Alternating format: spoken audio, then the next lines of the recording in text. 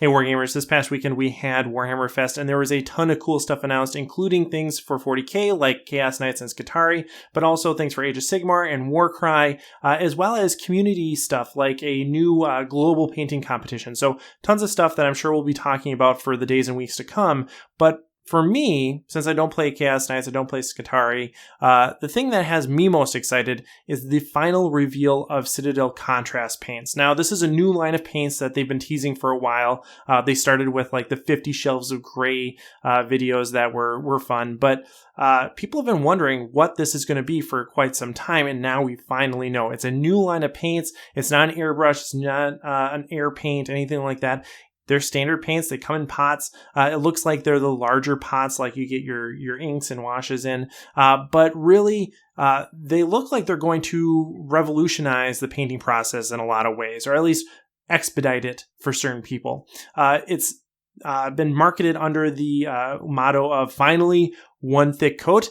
No longer do you need two thin coats. You get one sloppy thick coat on there, and that's how you are going to be using the contrast paints. They're basically a layer, a wash, and a highlight all in one, and it looks like the product, the end result looks like you took a heavy wash to a white layer. That's a pretty common technique. That's how they do kind of the ghost effects, the ethereal effects, is using that wash over a white background. And this is an entire line of paint that is meant specifically for that, and comes out with a much higher pigment ratio than you would have in the past. So you actually get a color and not something that looks as thin as a wash. So it's really cool. It looks like it's going to expedite the painting process quite a lot, especially if you're painting large batches of models. So it's really cool, and I am excited about this because it allows you to play around in some interesting ways using a new paint set and painting things much more quickly than you could have possibly done in the past.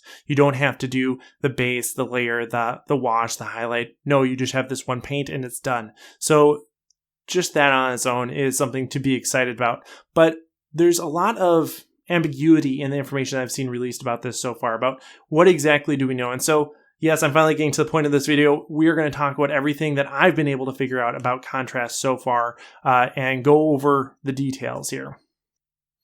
As far as the basics go, we know that there will be dozens of paints released in June 2019, so we don't have long to wait to actually get our hands on these new paints.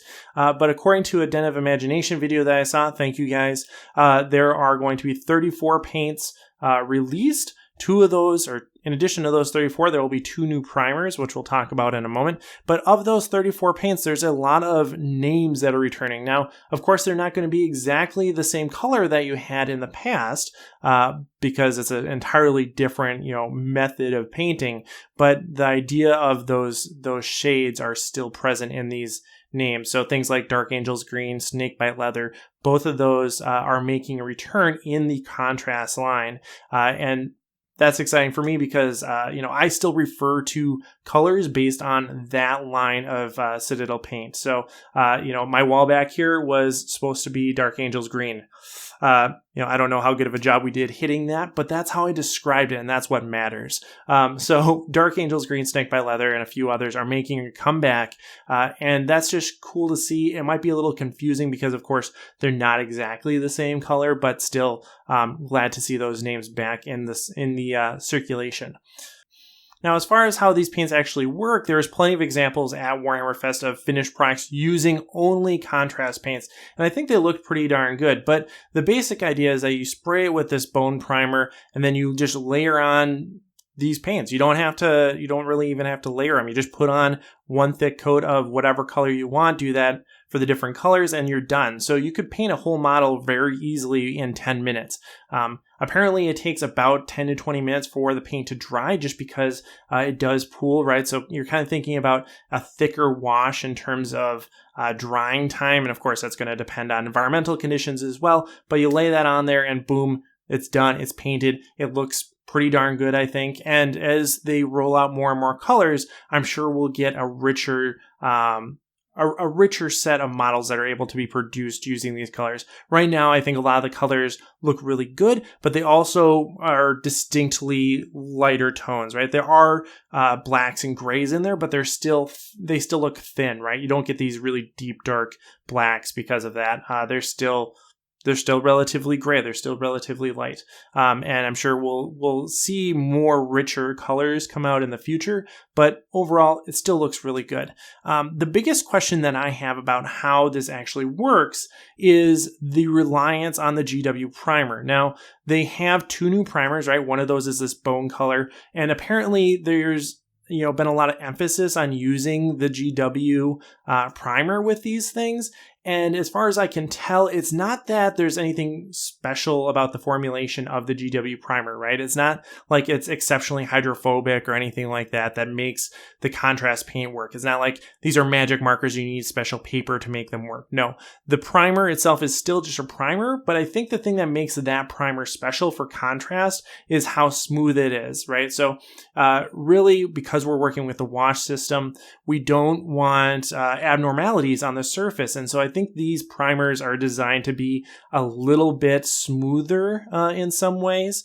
And because of that, they'll work better with the contrast paints. Whereas if you go and pick up a paint off the shelf at the hardware store, sometimes you don't get that smoothest coat. And if you have an uneven coat, that's going to mean big problems for your contrast paint. It's going to pool in all those abnormalities. And so I think that's really the key thing about these primers, is not that they are anything magic or special, but just that they give you a really smooth finish. And so the contrast paints will work better with them. One interview I heard said that, the contrast primer has been developed very thoroughly for this, but not that there's anything, special about it. So the implication is that indeed you can use other primers, and that's my plan, is to try using other primers first. And if that doesn't work, then I'll go and buy the expensive contrast primer and see how that goes. But overall, I think starting off with the normal primer, that'd be fine. You can use it, with metallics or whatever you want. You can try it. Obviously, if you put this on a black primer, it's not going to work out very well. So you need to have a lighter base in order for the wash to actually work. Otherwise, you're going to just kind of have these muddled messes. But yeah, light primers should be fine regardless of their origin.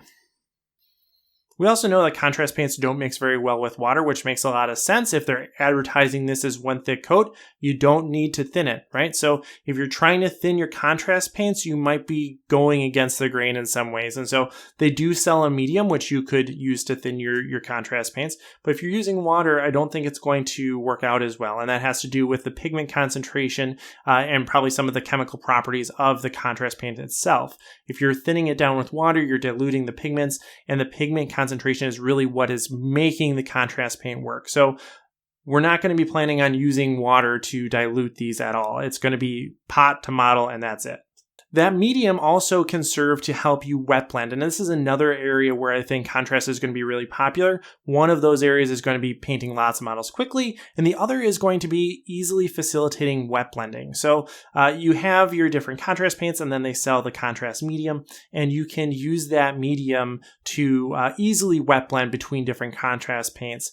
And I think that's going to be fantastic, right? So apparently it's very maneuverable, and because of that extended dry time, you don't really have to worry about it drying up on you on the time at the time scale of wet blending. So lots of different options, lots of forgiveness or lots of leeway in the way that you actually approach painting with this. So wet blending is going to be another huge thing that you can do with contrast very easily. We also know that contrast paint is not going to respond particularly well to multiple layers. Again, one thick coat, you don't want to layer this multiple layers on top of each other because each successive layer will reduce the contrast between layers.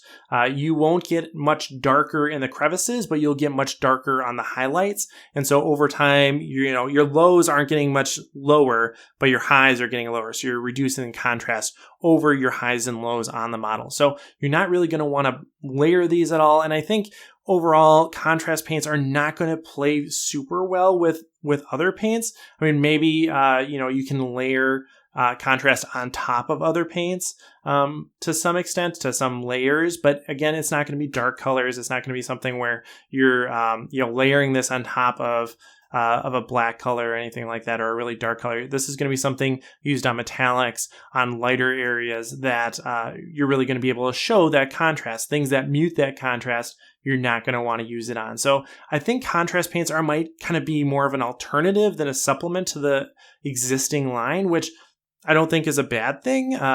If this provides an alternative way to quickly paint models, I'm all for it. And again, an alternative way to wet blend is also good, but it's not something that I think I can easily integrate into my existing color schemes because they have been developed using a traditional system, right? They have layers and washes and highlights, not contrast paints in them. So I don't think it's going to blend super well with the existing line. Instead, it's going to be alternative, maybe a gateway paint for getting people into painting, and that's totally fine.